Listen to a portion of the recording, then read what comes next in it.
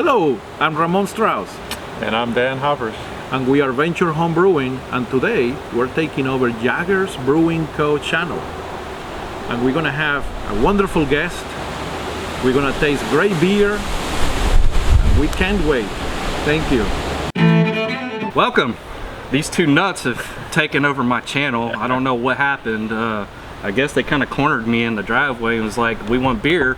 So let's get to it. We see all those beautiful beers in YouTube and in Instagram, and we had to try it. So somehow we found you.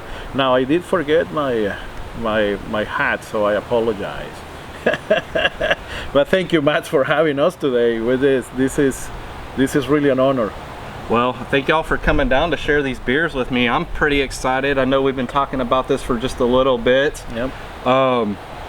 You'll have to pardon the wind. It's outside on a windy Gulf Coast Sunday afternoon. We've got the pit going. We're gonna eat some good meal here in just a little bit. But before we did that, we wanted to get together with these beers. And it's just so nice outside. Figured we'd do it outside instead of inside. So what's the first beer we got to try of y'all's? Well, so the first beer we're gonna try, this is a smash experiment we're doing. So today we brought some experiments and some established recipes. So this is a Vienna malt smash. So this only has Vienna, and the hop is Hallertauer Mittelfruh. I hope I'm pronouncing this correctly. And we only make 1 gallon of this just to test it. The yeast is Kveik Voss, and we use the Lallemand dry yeast because it's just easier with the small batches to use the dry yeast. So I've already tried this one, so I don't want to say anything, but I got so you. I'm not going to bias the. I have not tried this one yet. This is my first. Dan has not tried it. We have kept it secret from him. So we were talking style guidelines and competitions and stuff like that a little bit before on camera. So as far as style guidelines go, smash beers, single malt, single hop addition, single yeast strain, all that's not really a style to be judged. I guess it would fall like this pale ale. I will say it's a pale ale. If you know, our original gravity was 1050. It has 30 units of bittering, and the color is about a 5.4. So it does fall into the pale ale guideline. The final gravity was 1010. So you get about 5 point something alcohol. So I've only played with Voss twice now. One beer is on my channel, the raw ale, and then the other one is actually another raw ale that a lot of people don't know about yet. So. but it definitely has that nice fruity aroma that I associate with Voss anyways thus far. It plays well with the Hallertauer. We had 3 additions from Hallertauer, at 60 minutes, then at 20 minutes, and then a flame out. So we wanted the Hallertauer is supposed to have this type of floral light fruit characteristics. And we fermented kind of on a wild temperature right now in South Texas, was moving a lot. I didn't use a fermentation chamber. It was a small batch, so I just kept it inside the house. On the counter or something? Yeah, so in the morning could be 69 degrees, and then by the time late afternoon, it could be 74. So we're not getting those really high temperature esters from the Voss, but you do get a little bit. I think most of the aroma and most of the thing that you're getting is actually from the hop. How much yeast of the Voss did you pitch in the 1 gallon? I have a packet of 11 grams. I pitch half of it. Okay. Well, we'll get into how I handle Kveik in just a little bit. Agree with it.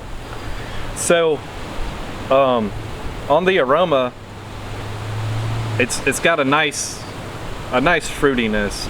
It's hard for me to describe. I would say it's kind of like pineapple-y, yes. Citrusy. Absolutely. Yeah, I would agree.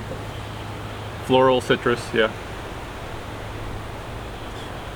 I do get a little bit of like honeydew sometimes when I have tried it before, but it's been 2 weeks after full conditioning, so I can see the flavors keeps evolving, which is very interesting. With my experiment with Voss and the raw ale, I had a moving, just constant. Like every time that I had it, it was better, and then it shifted, then it fell off. But that was because of raw ale. Exactly. It wasn't. I didn't boil it. Exactly.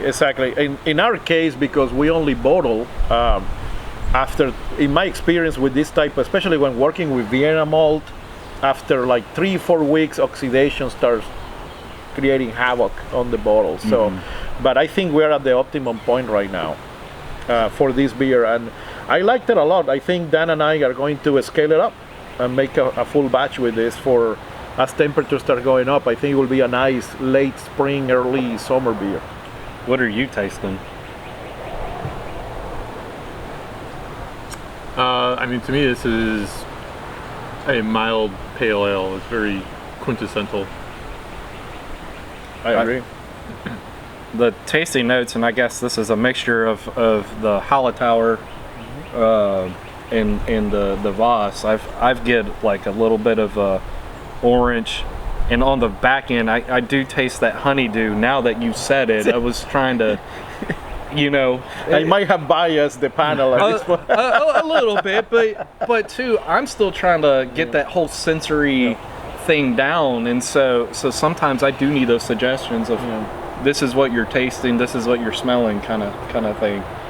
And I really love Hallertauer Mittelfruh. I think it's it's one of the oldest hops. I think it's some people it's not used a lot. It has low yields. It's a low alpha acid. It's a low alpha acid, and I know from the even production perspective, it has gone through some rough times because it's not as disease resistant as other, but it's picking up, and I was able to get me a nice batch from our local homebrew store, and I immediately thought Vienna. I love working with Vienna malt, and Dan and I especially like this type of light to middle body pale ales. We make them a lot, and we enjoy them through the year. In the warm climates, this is a nice refreshing. Our wife loves them too, so I'm fixing to wreck y'all's palate here in a little bit. And my wife really liked this one, so she immediately said, "You gotta make more of this." So this is good. I've always had, of course, Vienna mixed into something else. Correct. And so this is I guess this is that good sensory development. Being a smash, you can say this is the malt, this is the hop, this is the yeast. But do you think you would have had a little bit better of a taste and be able to identify and pull it apart a little bit more of the malt versus the hop if you would have used, say, USO5 or USO4 or Lutra Kveik? Probably. I will say for this particular combination, an SO5 is probably good because it's pretty clean. The Lutra also gives you a pretty clean flavor. But I was actually on purpose looking for those fruit, I was mostly concerned about whether or not the Vienna malt will be too sweet, as Vienna is mostly used for lagers, or a little bit, as you said, in some ales, like it combines well with Cristal. We tend to take, for example, if a recipe has, let's say, 8 ounces of Cristal, low Cristal, like 30 or 40, we replace half of that with Vienna, and it works for us better, so it doesn't get as sweet. So I was very curious about if we could make this like a summery pale ale that was kind of fruity without being overwhelming. We didn't want a tutti frutti bomb, so I think the Hallertauer works well in combination with the Voss. But I see what you're saying. It'd be interesting to do that experiment. So now that we got our fermentation back on track, we could probably repeat it and just use a clean yeast and see what we get. So I think that's gonna go in the books. We're gonna do that. I'm an idea man. I've got a million of them. Well, that's what we're here for. All right, we're gonna get some clean glasses. I'm gonna throw some more wood on the pit and we'll be right back. We'll just keep it rolling.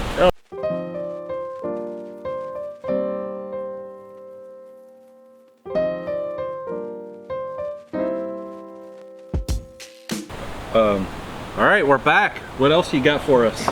All right, so in the Hallertauer Mittelfruh area, I had some RedX lying around, and Dan hasn't tried this one either, so I'm very curious about what he thinks about it. I saw this and I messaged you and I told you that I'm going to be experiment with RedX here in a little bit. So Yeah. this is going to be interesting to me to see if it's going to be able to kind of do what I want it to do, and I'll let you in on the secret of what's going to go on with the RedX over here. That's awesome.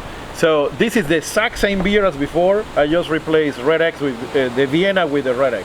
So we have RedX, we have Hallertauer, and then we have Voss, Kveik. Absolutely.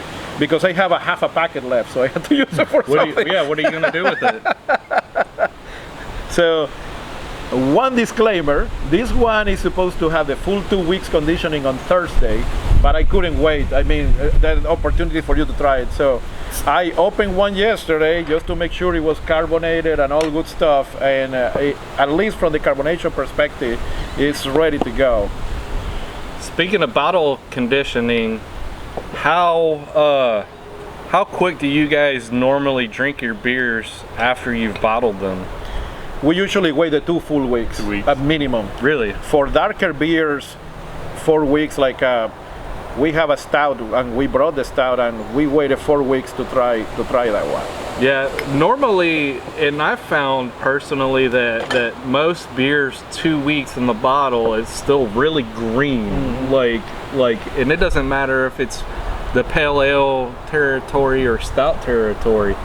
I generally will not touch a beer once I've bottled it until it's been in the bottle for a month. And you bring a very good point, because we do see the beers tasting better by week 3 or 4, 5. Sometimes when we do light color beers, we are concerned about oxidation. So 2 weeks we start consuming them. We try to drink them between that they don't get more than 4 weeks old, because now we start seeing the oxygen creating a little bit of havoc on our process. Since we do simple, the typical bucket with hoses, it's very hard to control the oxygen. So the light color beers right there at the week number 5 or 6, we start seeing a little bit of the oxidation taking place, and that's why we work a lot with small batches too, to try to consume the beer in that period of time. So y'all batch prime, right? Like, so you take your priming sugar and then put it on the bucket, yeah, and then rack your beer on top of that, and then bottle that. Yeah. Do you use a bottling wand? We use a bottling wand, yeah. Okay. And and we're very careful. And this one, by the way, and the previous one, we carbonated to 2.5 volumes. So we adjusted the corn sugar to 2.5 volumes. So it has really nice carbonation. It's still pretty green. You want to lead us off on this one, Dan? So I haven't tasted it yet, but just from the aroma, the first thing I get is berries, like maybe a strawberry or something like that. I was gonna say my first initial approach on it for aroma, immediately sweeter, like just great sweetness. Absolutely. So RedX is best malts is the malter in Germany, and it's kind of like proprietary recipe. But where I have found a little information is Munich based. So Munich is going to give you a little bit of more bready sweetness type of thing, and it does help in the aroma. I think the Hallertauer interacting with this is a complete different. It's complete different animal. I mean, I don't get any of the honeydew. I don't get any of the flowers. Maybe still too green. I don't know, but it is interesting. This is a great beer for being 2 weeks old, I personally think. So the initial taste is very crisp to me. And I also did additions, the same additions as the Vienna, 60, a 20, and a flame out. 30 units of bittering was the target. So they are exactly the same. Just the base malt is different. If you would have told me that you fermented this with Voss Kveik, I mean Lutra Kveik, I would have believed you. Having had Lutra often, I don't pick up on any of the things that I've tasted with the Voss Kveik so far. Like I feel like the yeast esters are hidden between the hops and the malt profile here on this one.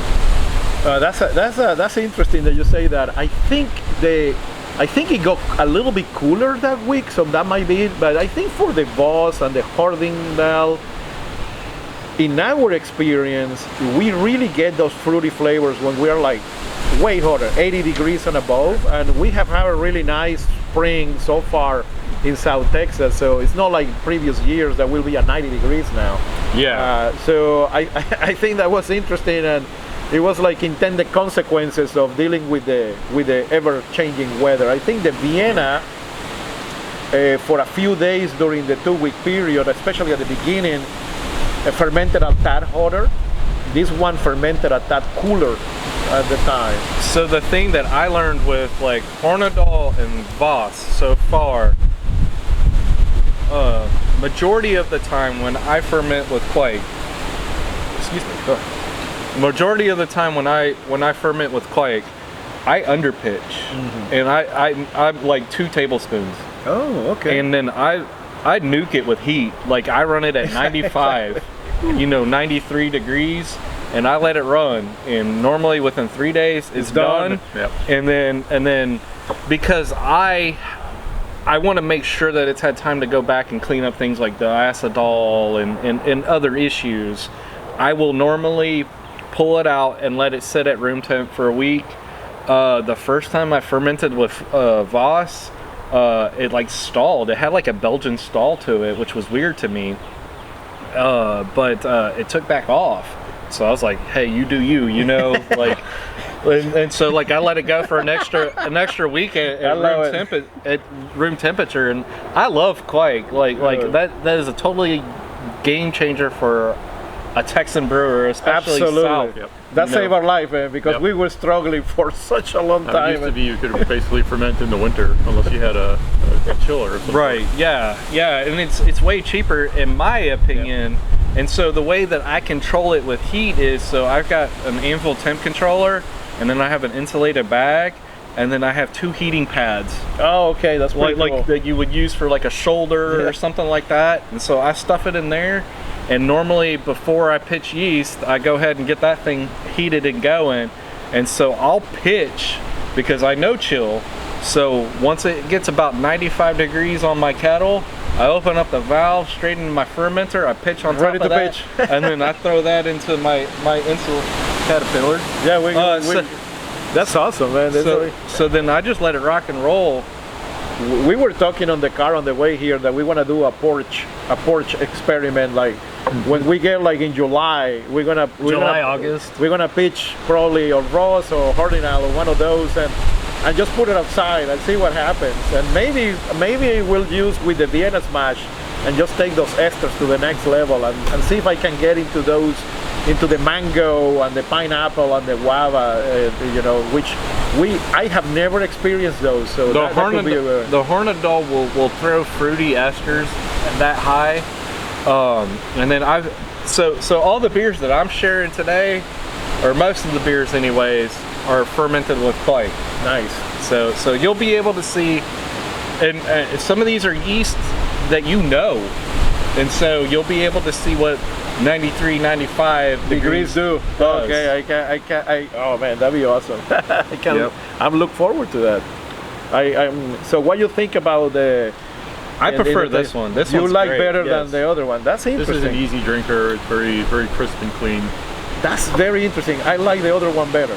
Really? So that's the cool thing about doing this. I have a sweet tooth, and so I'd rather sweet than bitter, and then almost even sour over sweet now. Oh, okay, nowadays. yeah. I know you're into you're into. I'm looking forward to trying that one A because kettle sour. because I've got one on tap. I know. So I I will have driven all the way just for that beer only, just to try. All right, so we're gonna get some more clean glasses. I'm gonna throw some more wood on the pit, and we'll be right back. I found it interesting that you guys like this one better. It's that's the beauty of this. That's why I like it. I like the Vienna better, way better. I get less sweetness out of this one. I do get more sweetness, but I think in a week, in an extra week, it's gonna stabilize because I think it's still too green.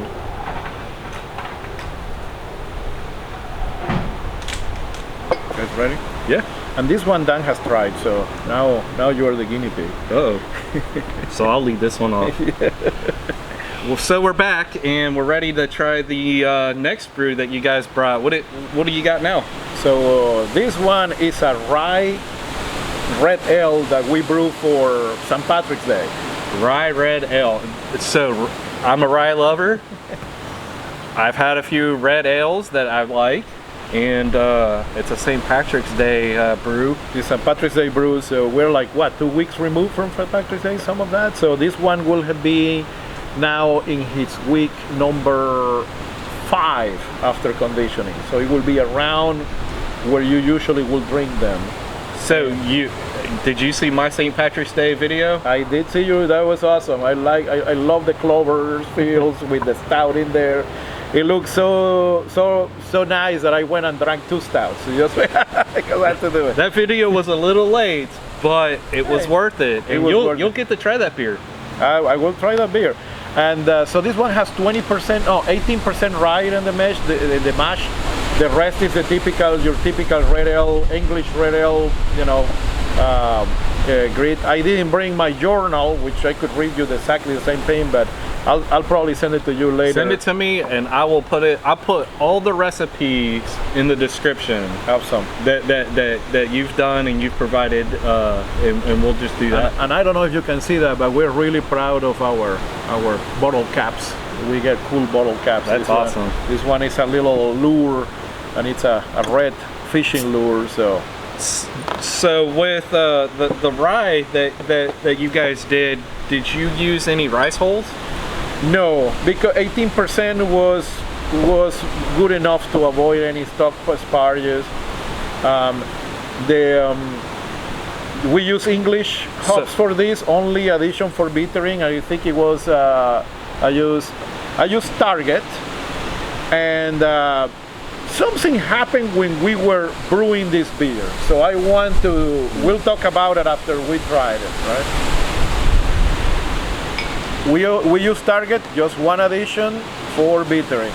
So you guys, even 1 gallon batches, was this a 1 gallon batch? No, this one was a full 5 gallon because it was for St. Patrick's Day, so we have friends coming over and we gave it away to our friends as a St. Patrick's Day gift. If you have not checked out their channel, do yourself a favor, go check out their channel. They brew and barbecue like every brew day, right? Like it's just a party. It's a brew day party. We like it that way. Yeah. And then you turn around, and then when y'all drink them, then you have another barbecue kind of cooking. We try to find any excuse we can to get our friend Nate to barbecue for us because he's a master of the grill. So do you remember what yeast you used? SO4. USO4, okay. Yeah. And that's basically the English version of like a USO5, right? Correct. We wanted to keep it 100% English except for the fact that we use rye. So I reduced, the base malt was Maris Otter, so I just reduced Maris Otter to get about 18% of rye in the mash bill. And the rest is very traditional, just Target for bittering and SO4 for as a yeast. So I definitely pick up on the rye, but I pick up in it in a different way than any of the rye beers that I've brewed. It's different. I'm trying to think of what I'm picking up, and maybe the mixture of that with the USO4, because I've only ever used USO4 one time, and I kind of picked up on like some phenolics with that, which is kind of like the spicy pepper kind of stuff, which mixes with the rye, you know, pumpernickel and things like that. It definitely has a bready, like a pumpernickel type of bagel vibe to me. Yeah, this has a lot less of the fruity and more of the spice to it. It's got kind of a long bitter finish too. So like breads and stuff like that, like do you have a preference like with breads? Like if you have a sandwich, like does it have to be a certain type of bread? It doesn't have to be, but my favorite bread is pumpernickel rye. Pumpernickel rye. What about yours?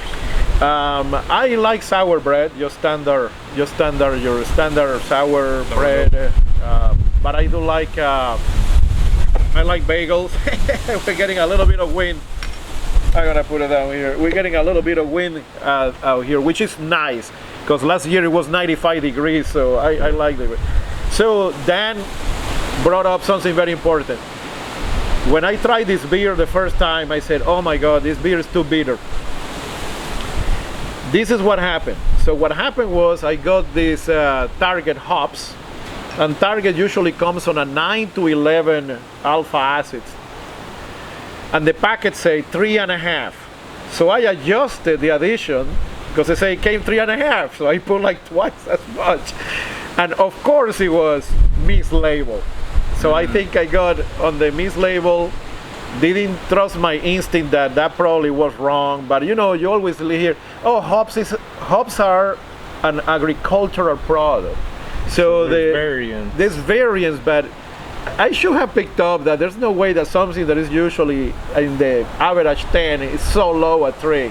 So I put twice as much hops that it really should have had, and I think that contributes to a little bit of the rye is coming up, but it's not really as balanced as it should be, and it has that bitter end Aftertaste on the back end. In spite of that, the group actually liked it and they drank pretty much everything. I think this is only what I have left. I don't know if because it was a St. Patrick's Day party, so they would drink anything. Yeah, I mean, it's not overwhelming, but it is a little bit more than I would have expected. Absolutely, slightly out of balance. But some of my best beers, at least that I like, when I've shared them with other people, they're out of balance. But if it's what you like and you're not competing with it and all that, like, what does it even matter?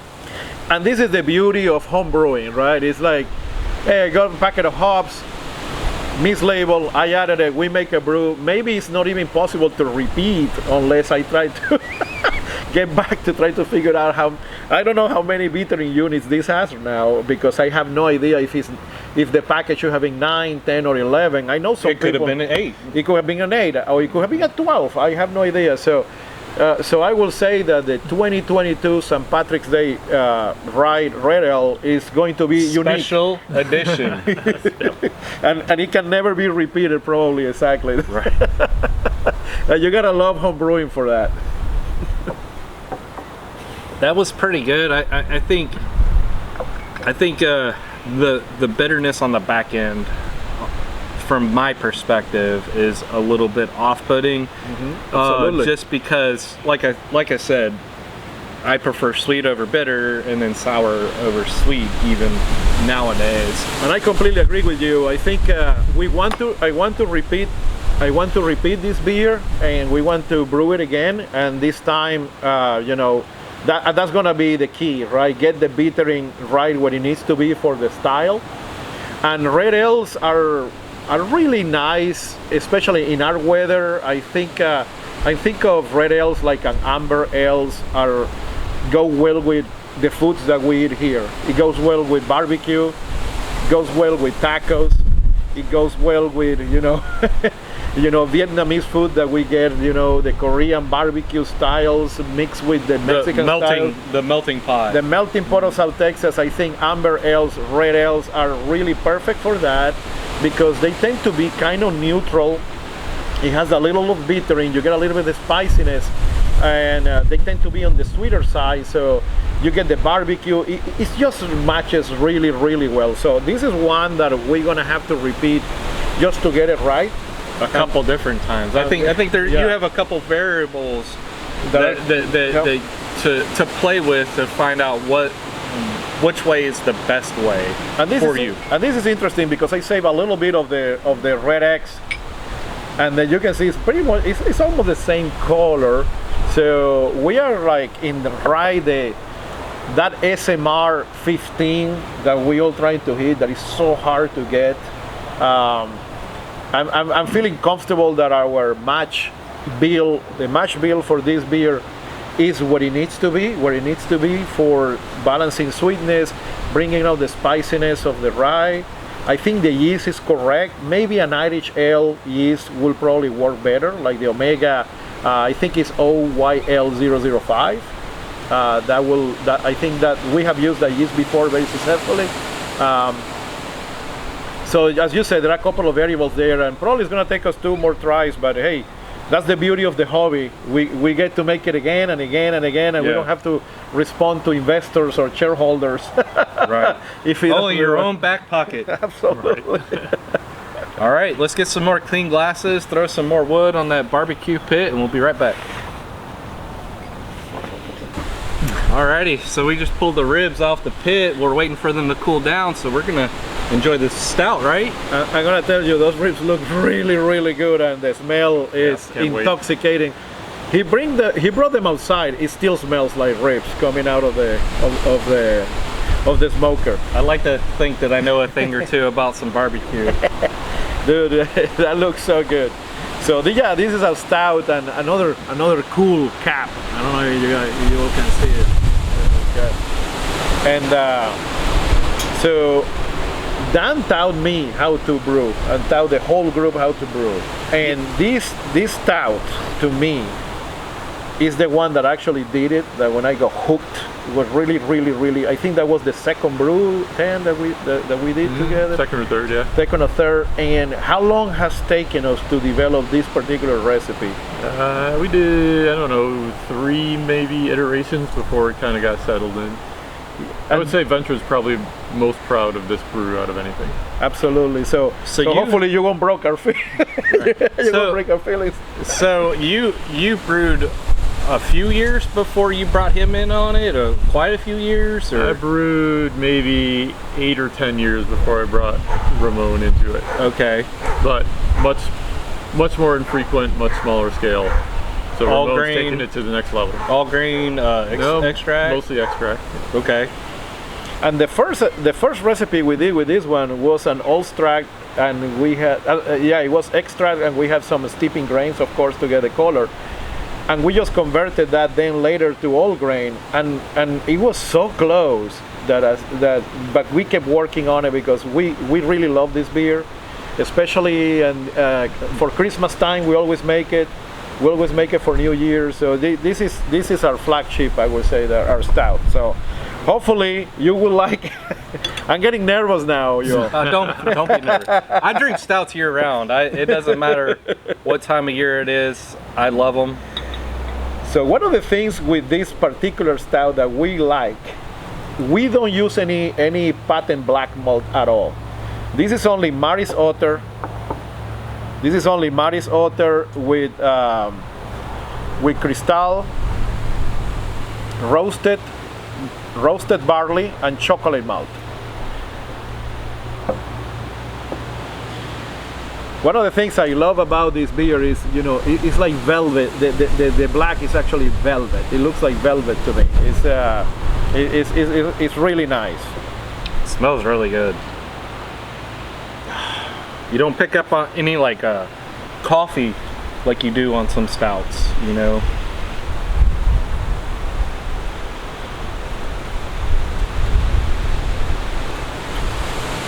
But you should pick that when in the taste. Yes. Just a hint. I think I pick up more on the chocolate. Absolutely. And kind of more of like the real chocolate instead of like the milk American chocolate. Dark chocolate, Yeah. The 90% cocoa chocolate.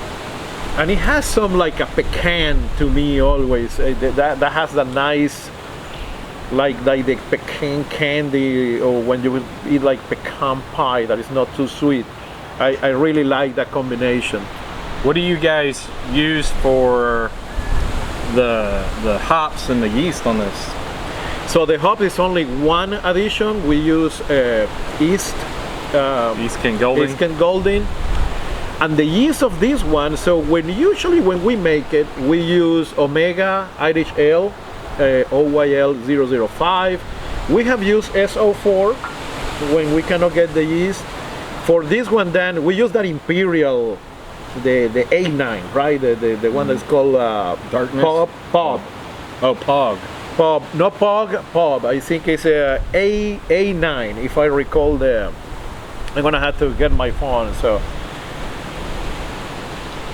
That's been my favorite, that yeast so far.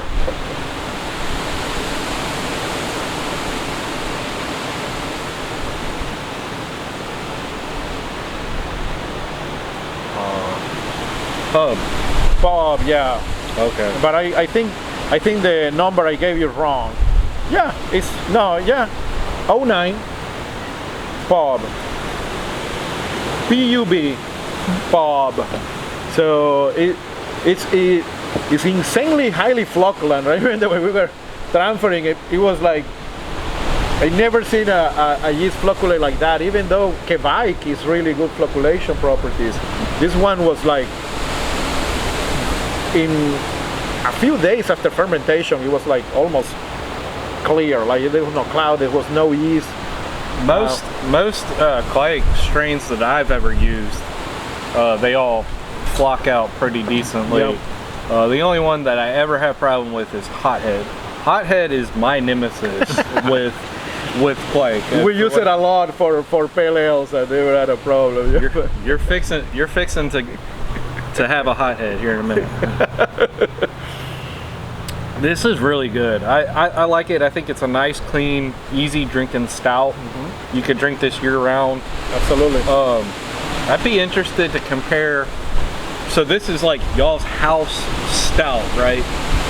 So I would be interested in taking my house stout recipe and comparing it to yours and seeing where the difference lies.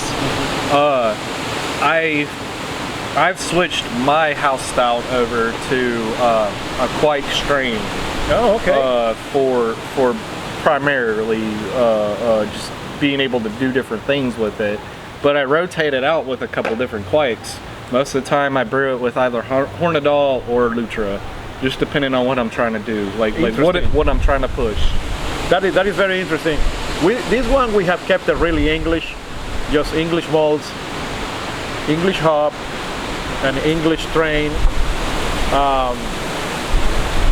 We always brew it late December, early January, so temperature is not an issue inside the house. I have never considered using Kveik, but I can see Lutra will be a great choice. You're fixing to have two different variations of my house stout with Lutra, with something done different to it on one aspect of it, and I would like to see what you guys pick up on it. That'd be great. That's going to be awesome. That'd be awesome. Looking forward to it. So I don't know about you guys, but I'm ready for another beer, and I think it's time to switch over to some of my beers. That's what we came here for. Let me go get some ribs. Let me go get some clean glassware. We'll move through these pretty quickly.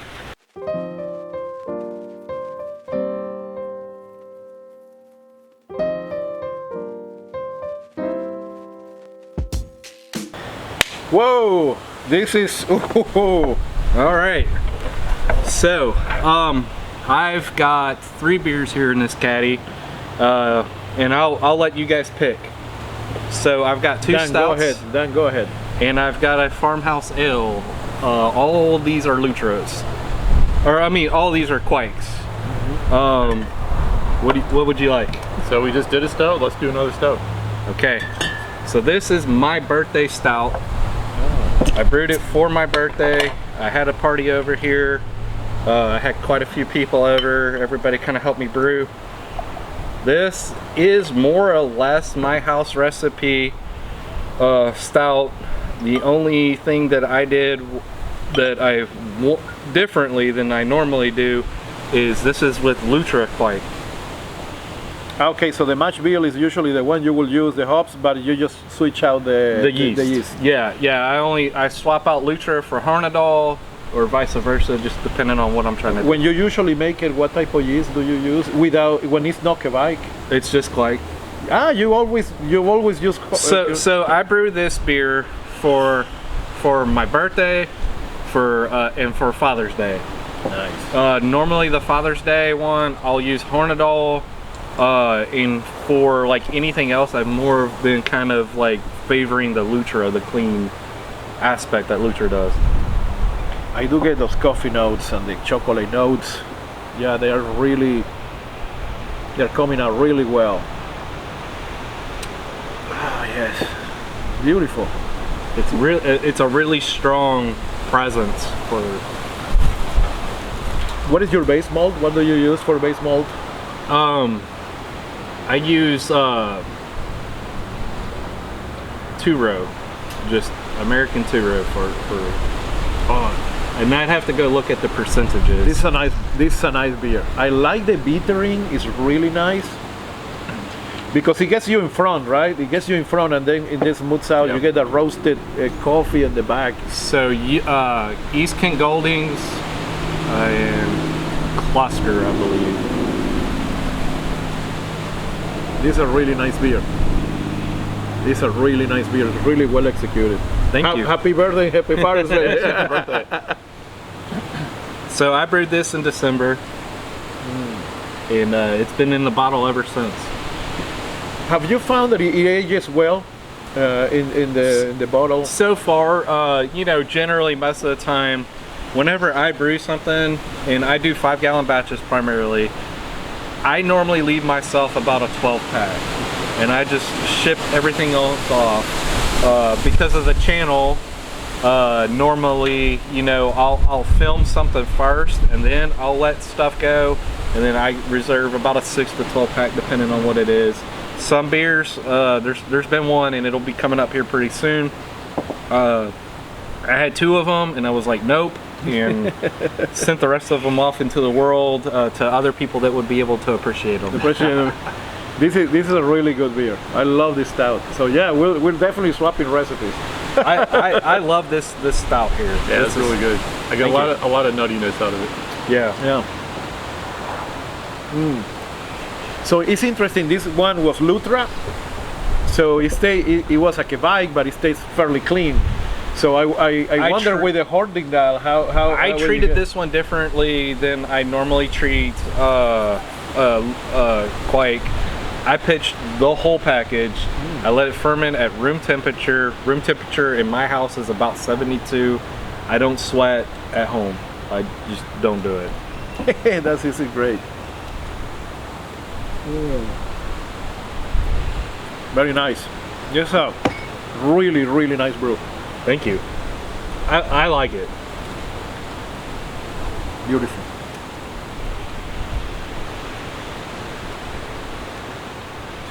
I like it. I think it's got just enough of the chocolate and nothing is overpowering. It's well balanced. You mentioned you get a lot of coffee notes. I actually got less coffee out of this and more of the chocolate and nut. Personally. Oh, okay. Yeah, you definitely got the cocoa notes. And dare I say there's a little bit of coconut in it? What do you all think? It's like a touch of coconut oil, which is beautiful. It goes so well with the chocolate always. I mean, it's a complex. I can tell you add a lot of complexity to it, but at the same time it's extremely well balanced. And I can see you could drink this all year round too. This is not overwhelming at all for summer or anything like that. And this is just all greens and all hops, all yeast. There's no like secondary additions or anything like that. Well, you all missing out. This is a great beer. So I haven't shared this recipe on the channel yet. It's coming up. It'll be part of my Father's Day series. Beautiful. That's when I'm finally gonna let it out into the world. This is one that I'm really proud of. I worked hard on it. I've brewed it a few times, made a few different adjustments, but for what I want to drink, I think that Kveik belongs in it. Well, Venture Homebrewing endorses this, and looking forward to getting the recipe too. We're totally brewing this. Yep, top shelf. This is very nice. Thank you. I really like it. Great job. Thank you. Oh yeah, great idea. Yeah.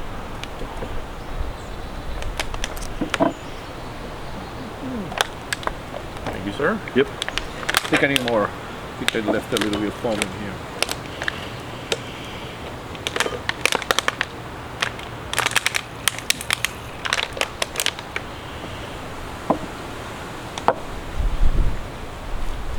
Woo.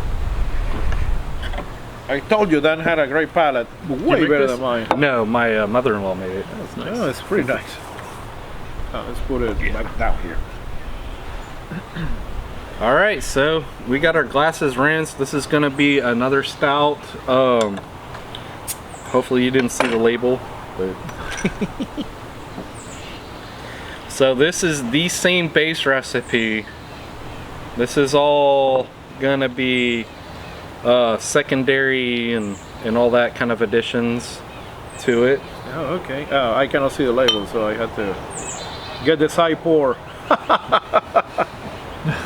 We put it this way so we don't cheat. I'm getting some tannins immediately. Yeah, this is interesting because it's less coffee and more nuts now. Yeah, definitely. Getting a good swirl here.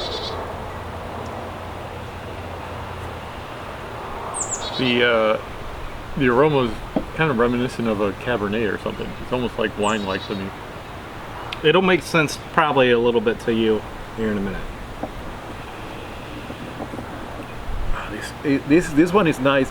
It's less bitter than the previous one, yet still balanced. I do like some bitterness in the stout, and this one is right there with I did have to bring up the IBUs to this one to finish balancing it out on the recipe. It's a little bit sweeter. It's a little bit sweeter, and it has a really nutty note in the nose and the palate. But it still has the chocolate characteristic there. So, me and another YouTuber, Craft Brew Hero, he's part of my brew club, the Bay Area Masternauts. We started talking about like some beers that we could do together. It was close to the holidays, and so he wanted to do a holiday stout. He'd never brewed a stout before, and so I said, I have a recipe. My birthday stout, Father's Day stout recipe. I said, take a look at this, and then we'll just build off of that. And so he said, well, you know, let's do fruitcake and like all that other stuff. And I was like, no fruitcake. Like if we're going to do fruitcake, we might as well do stuffing. You know, and so I was like, no, we're going to. I said, what about eggnog? Eggnog. What about an eggnog stout, like for a holiday? Now, no, we didn't use real eggnog in it, but inspiration-wise, Exactly. Like how do you have an adult eggnog stout? So, we took our base stout recipe, we added lactose to it, Ah, okay. So which is that sweetness that you're pulling in. And then so for a secondary addition, I used nutmeg, cinnamon, a vanilla bean, and then we took 3 ounces of wood chips. We burned them while we were mashing in, and then we soaked it in bourbon, and then we sunk those wood chips into the secondary fermenter for 2 weeks. That must be all the notes that we're getting. I did not get the spices. But again, I'm not as good as you guys are on. But I can tell that there is a sweetness to it. There is a nuttiness to it, and it's really nice. I really like it.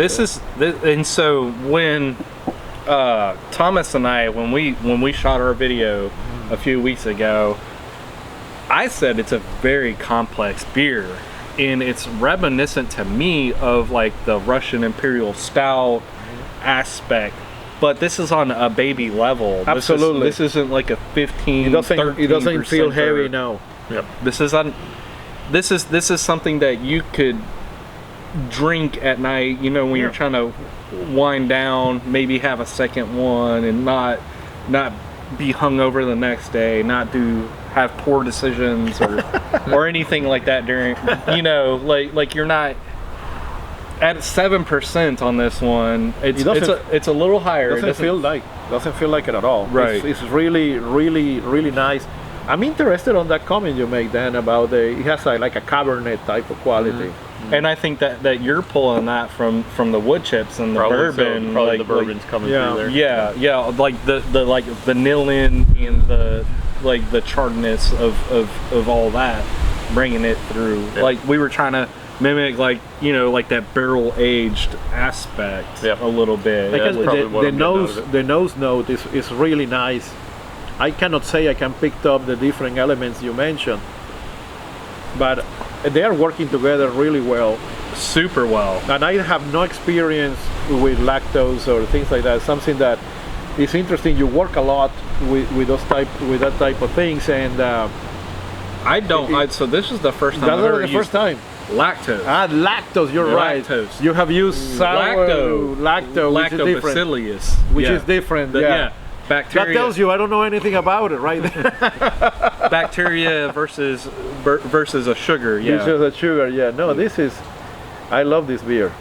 It's really nice. So you're really crushing it with the stouts. Mm-hmm. And so there's going to be an interesting experiment with this one. Is we're going to keep a few bottles around for a year, okay, and see if that 7% dark, no light on the beer crosses that threshold for a good cellarable type of beer, you know. Exactly. Yeah. Then you might have a nice Christmas present then.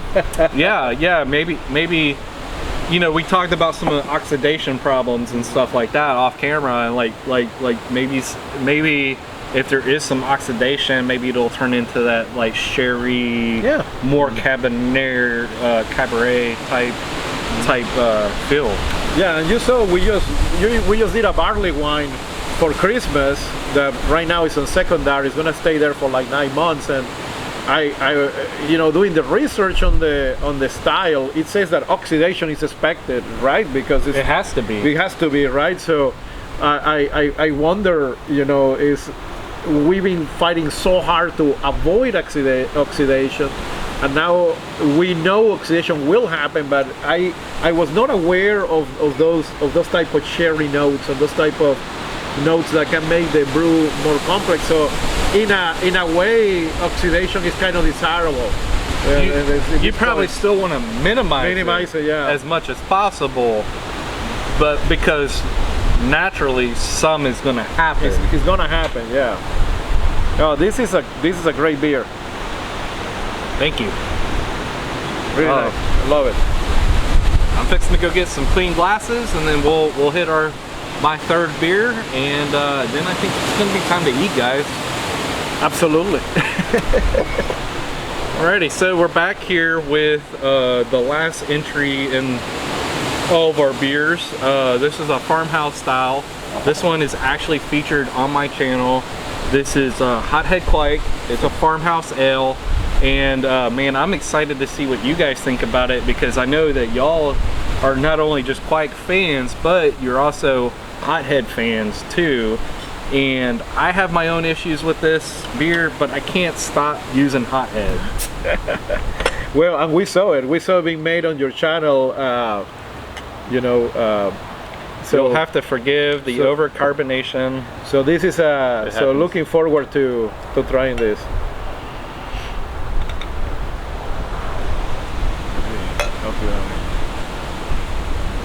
Oop, No. very nice. All right. So while we let that calm down for a hot minute, what's your experiences with Hothead Kveik? What do you pick up on it? So the first time we used Hophead was actually kind of by chance, right? Then we were planning to do our typical pale ale, which is very simple. It's just Maris Otter and some Crystal 40. And I remember that beer, we made it like in the summer of 2020. And Maris Otter, okay, we got our Maris Otter, but I was supposed to buy Crystal 40 and I ended up buying Crystal 60 by mistake. And I wanted to get just Hordindal, and our local shop didn't have it, so we just bought like I think they say, oh, I have Hothead, so I just took Hothead. Kveik is Kveik. So I showed up at his house. It's like, okay, 3 of the ingredients, I only got 1 and that is correct. And that turned out to be really good. Now for that one, if I recall correctly, we use Cascade for hops. We use Northern Brewer for bittering, and then we had a Cascade at 20, and we had a Cascade at Flame Out, and then we put the Hothead. That thing flew. I remember, like, I remember that you sent me a video of that bubbler going, and I said maybe we should have used a blow hose instead, and the thing was just going crazy. And I didn't bring my journal, but I clearly remember that beer is probably my wife's favorite pale ale. So every time we do it, I think we try to repeat it exactly the same. And so from the notes I can remember, it was very tropical, but I think the Cascade overwhelms that a little bit. Such a strong aroma and flavor hop. We get a lot of citrus and all of that. So I just can't say that the Hothead contributed that much to the flavor. I don't have anything to compare with. So I'm curious about your experience here. So my experience with Hothead is it's probably one of the most violent fermenting yeast I've ever used. Yep. Without a doubt. Now I've used it in a blonde ale, which blonde ales you don't have a whole lot to hide behind.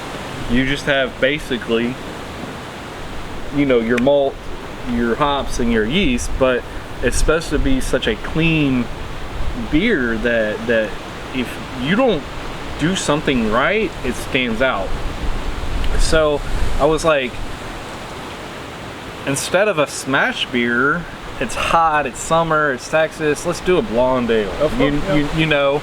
And so I tried that, and I picked up on nothing but phenolics on it. And this was back when I didn't know that I didn't have a palate for tasting beer, but it was such an interesting taste to me. I was like, okay, what's going on with this? And so like I brewed it again, and I picked up on the same thing.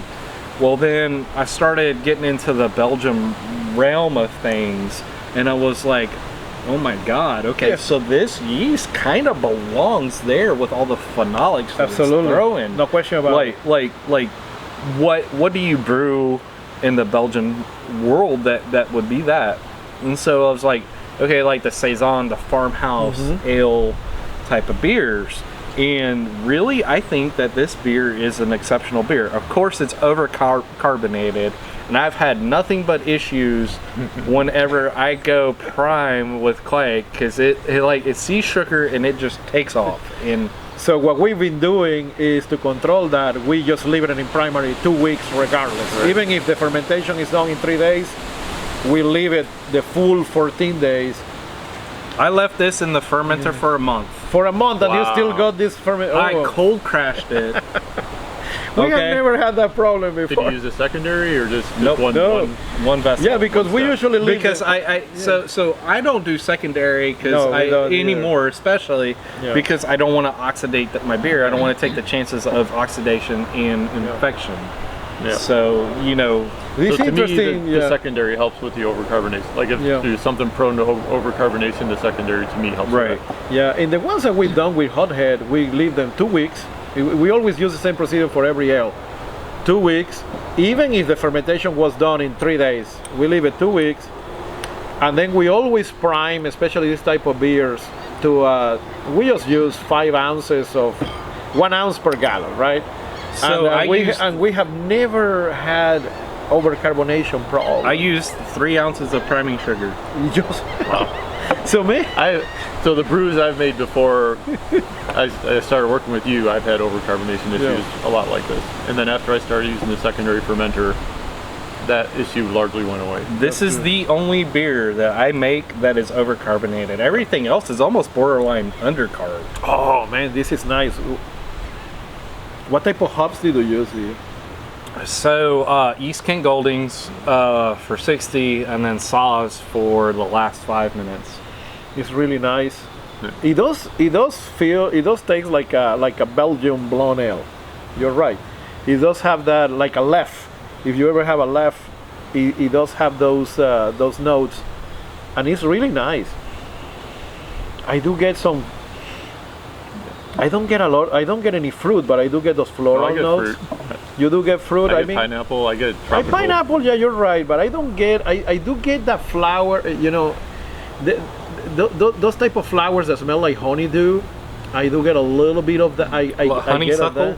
Yeah, like honey. Yeah, like honeysuckle. Like those type of things.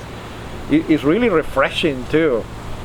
And so, and this has kind of been my sticking point on a lot of people that are like, oh, it's got to be an IPA during the spring and the summer and all that. I feel like saisons and farmhouses are just as refreshing as like pale ales and IPAs. Absolutely. As anything else. And I don't enjoy the bitterness, and so I feel like this, like the phenolics that it throws kind of replaces the bitterness aspect, that it still balances it out. I think this is a. If you give me this beer as a summer beer, I will be incredibly happy. And it's super clean. It's incredibly clean. I love the fact that it has that type of flavor like a saison. You're absolutely right. We have never made one, but I do know that you gotta ferment at a high temperature, so like a 90-degree temperature for those room temperature. So room temp is all my farmhouses. If you go back and you look at any of the videos that I've done, they've all been room temp minus this one, 95 degrees, under pitch. That's amazing. Yep. This is a great beer. Thank you. I love it. I can't stop brewing it, even though I lose bottles to bottle bombs. So tell you what, we'll make you a deal. We'll give us a recipe, we'll brew and see what we get. I would love to see that, because at this point, this is a keg only yeast for me from now on. No, we used hothead like 3 times. We made a blonde for my birthday a couple years ago. And that one was a crazy ale. It was right after the freeze, and the local shop had not been supplied because of all the problems. And so that was last year, right? That would be last year. That was last year, yeah. So I think he didn't have anything. So I think we picked up a can of Breeze Golden something and a can of we made an old strat with some leftover stuff. With leftover stuff that we had, and when we threw, hothead was the only yeast that Preston had at that time, and but it was cold, so maybe that contributed to not having. We have never, now that I think about it, I don't believe we have fermented hothead over 80 degrees. So that might be it. So let's do the experiment. I'm looking forward to it. So, because y'all are Kveik fans, I'm a Kveik fan. I think I'm going to throw down a gauntlet for a challenge here. And this is unbeknownst to you guys. This is something that's been in the back of my head. So traditionally, though, some of the people that deal with Kveik back in its native land, what they like to do is so they'll brew a batch, and then they'll brew a batch, and then they'll brew a batch. And so incrementally, they blend the yeast from the previous batch back into the mother or whatever, to kind of keep that culture true, or whatever the case may be. So I think I'm gonna throw down the gauntlet, and I think what I'm gonna do, and we'll work out the challenge details later. But I think the premise behind this should be, and we'll pick the strain and all that later. But I think we need 3 beers a piece per channel, and I think we brew the same recipe. And I think with every beer that's brewed, you use a blend of the first gen and then the second for gen. the yeast. Okay, Yeah, all right. So we're gonna repeat. Okay, we've never done that, so that'd be cool. I don't think repitch. I think so. I think you need to take a percentage from I see what you're saying. From the first pitch, blend it back into your primary pitch, and then etc. for 3 beers. That sounds interesting. We've never done anything like I've that. tried that before, yeah. And then we can compare first beer to third beer, and then each other's. I think that will be a lot of fun, you know, and more excuses to brew. Looking forward to. And we're always looking for new ideas and more excuses to brew. So I think you found the right people. How about we we'll pick the style, we'll pick the yeasts, and then we'll collaborate a recipe. Absolutely. And this will be the official Jaggers Venture recipe challenge or something like that. What do you think, then? Let's go for it. Okay. Well, Fantastic. I mean, we're in. well, thank you guys so much for coming and That's a great checking deal. us out. If you haven't checked out Venture Brewing yet, please do so. These guys are pretty cool. They've got a lot of special things going. I think if you dig my channel, you'll dig their channel. And if you're a Venture Brewing person and you haven't stopped by and subscribed to my channel, please do so. We're both on Instagram. Y'all are under Venture Brewing, right? Venture Homebrewing now. Venture Homebrewing, and I'm under Jaggers Brewing Co. Again, thank you so much for stopping by. Cheers, even though I have that empty glass. Let's go eat, guys. Yeah, no, thank you for having us. I mean, it's a great honor. Thank you for inviting us to your home. So yes, this was way more fun, and I knew we will have fun. So now let's have some ribs. Yep, had a great time here. Thanks a lot. Let's go get them ribs.